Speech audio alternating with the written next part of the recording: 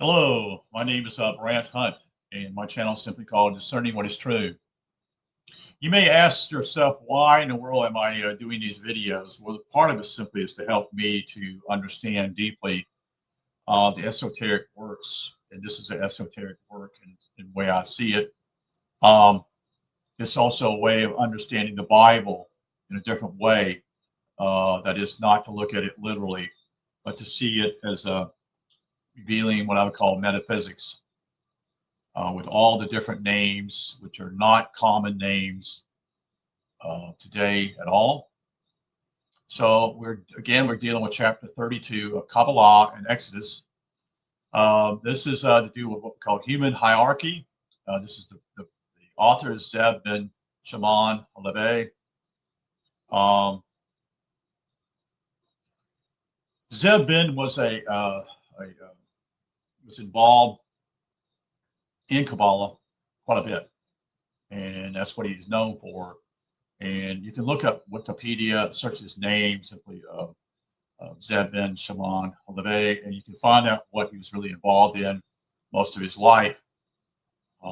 I think he came to England in 1920, but don't quite quote me on that. That's what I recollect in my mind. Um, I don't know if he was, I'm pretty sure he was born there, but I don't know where his family came from. But you can look that up. We're not going to deal with that. We're going to get back into the book here, which again is chapter 32. And it's simply called Human Hierarchy. And it's based upon what we call the book of Exodus, chapter 28. And before we get into this particular part, this is a different section of the book again, which has happened already before, and we're going to deal with this. So this is important for you to understand the hierarchy of what's going on within the tabernacle.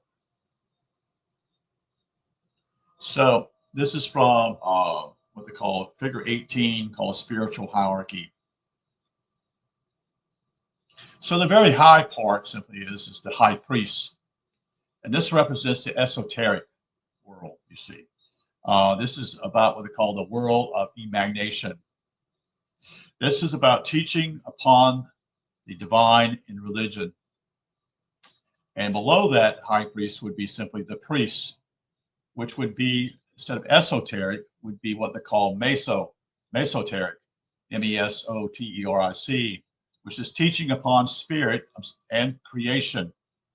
It also talks about what we call the cosmic scheme in religion, but it's also a block lower. So this is going to be what they call the world of creation.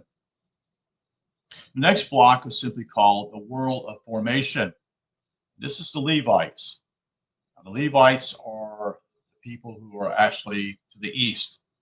Okay, so this is to show that they're far more in their own way spiritually to the east. They're closer in some way to God, you see. Um, and they're special, they are part of the priests also. Levites are simply are also to do with, and they're going to be exoteric, not esoteric. They're going to be teaching upon the soul.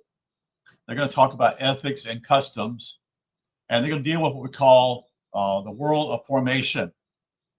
And that would be to do with what we call psychological and social practices in religion. So that's part of the three-stage, not part, the third part of the four-stage here, which the bottom is simply is the Israelites themselves, which would simply be for them is that they are the world of action. And this will be indicated by the Israelites being physical rituals in general and personal action. There's support upper levels and what they would call it mundane work. Okay. So this is the bottom, okay, of the way they've set this up. This comes from figure 18, which is called spiritual hierarchy. According to the corresponding world and level of being the relevant teaching is given, each rank has its place and function. Although this this harmonization, as in other traditions, became in time social in interpretation. In Kabbalistic work, bloodline or family heritage are not important.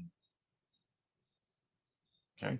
Only genuine spiritual capacity counts and defines levels of operation. So it's not the family you're born into, you see. It's different. It's a different perspective. And that's what this is all about, again, like we just read from the spiritual hierarchy. Now we're going to continue here at chapter 32, which is human hierarchy, which is based upon Exodus chapter 28. As said, there is a clear differentiation between the house of Israel and the children of Israel. Yes, there is. The house of Israel refers to those who have access to the created world and come in direct contact with the divine. Such people perceive divine laws at work in the world and in the individual. Known in other traditions as the wise, those who know, or the initiatives. They are part of the interior circle of mankind, which is concerned with the spiritual life of humanity. In Exodus, the division of the human race is symbolically set out according to the doctrine of the four worlds, with the children of Israel occupying the place of action at the perimeter of the circles centered on the Holy of Holies. At the top of the spiritual caste system are the high priests. They belong to the Aaronic, Aaronite, I should say, clan, and operate at the level of the lower divine. Inasmuch as the high priest can enter the Holy of Holies, the privilege of being the senior initiatives, however, carries heavy duties and penalties if the role is abused. The death by willful misadventure of two of Aaron's sons during the initiation of the tabernacle is a warning to any who believe there is nothing but advantages in being so exalted. This is emphasized in the provision to remove the body of the high priest from the Holy of Holies should he die in there because of some sin that in lesser men might be considered trivial. So there's a lot of responsibility here, you see. The high priesthood had to be an example of perfect integrity and purity in order to go safely into holiest of places. For this reason, they were not allowed to touch the dead, marry divorcees, or come from a suspect pedigree in case of defilement. These and many other laws of the priestly code express the idea of fitness to enter into communion with the divine. Because of this, only the high priest clan could hold and transmit the esoteric teachings upon divine matters. The priests were those not of Aaron's immediate family.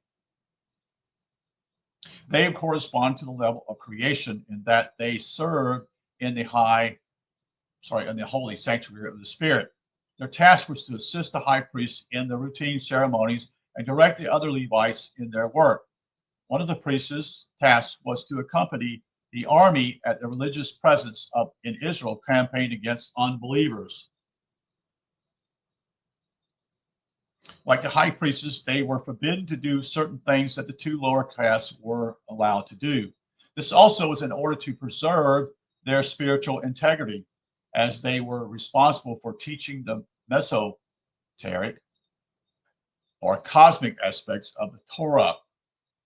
Israel's knowledge of the world of creation was preserved by them only many centuries in certain families. Unfortunately, the tendency to hold such secrets close became exclusively activity. And so, according to spiritual law, it was taken from them and they were left with the shell of the tradition. Eventually, the revelations of such prophets of Ezekiel and later mystics correlated, or I should say corrected, this discrepancy for Israel. And so the knowledge was retrieved and passed on into the biblical and Essene lines. That's Essene. The Levites were the three clans of Merari, Merani, Gershon, and Kohath. They were the representatives of formation, the psychological level, that is. Their task was not only to run the organization of the tabernacle, but to sing, to play music, and to teach the exoteric, not esoteric, but the exoteric teachings on the soul through social customs and practices. As the scribes of the nations, they were concerned with the cultural and psychological formation of the people. This was done by writing out, under higher direction, a history based upon tribal saga and myth intermixed with the teaching. This was the beginning of the written tradition. Like the priests and high priests, the Levites had no patrimony, that is, they had no physical inheritance.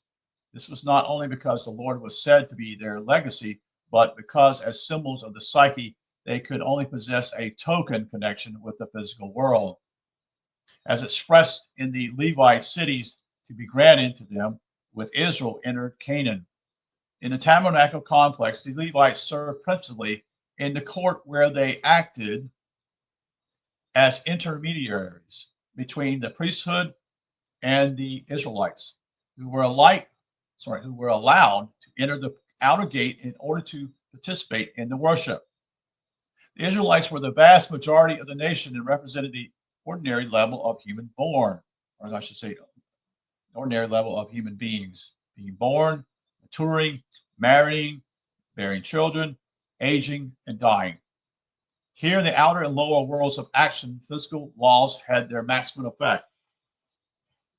The Levites and the priests were protected from these problems by the people who fed and clothed them and bore the brunt of attacks from both physical and psychological enemies who assaulted the outer perimeter of the camp with violence or tried to seduce or draw out the Israelites by customs that appealed to the senses and the lower psyche.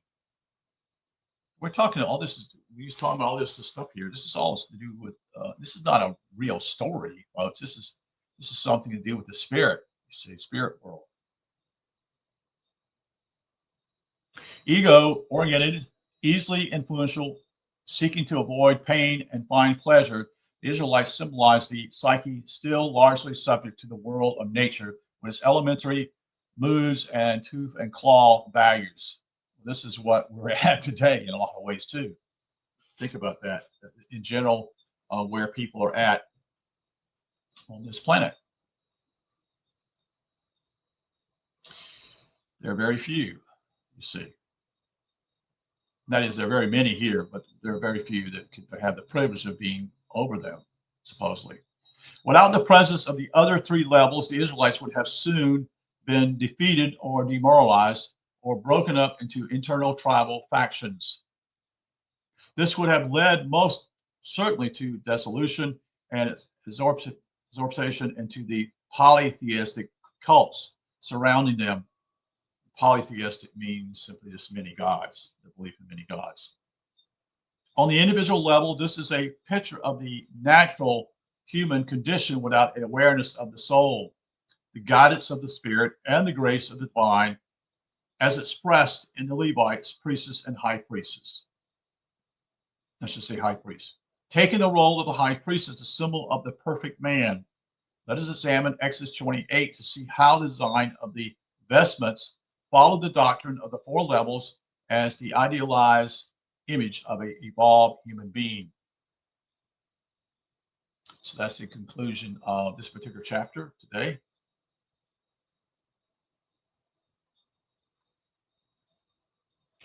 And again, we're going to stop here at this point.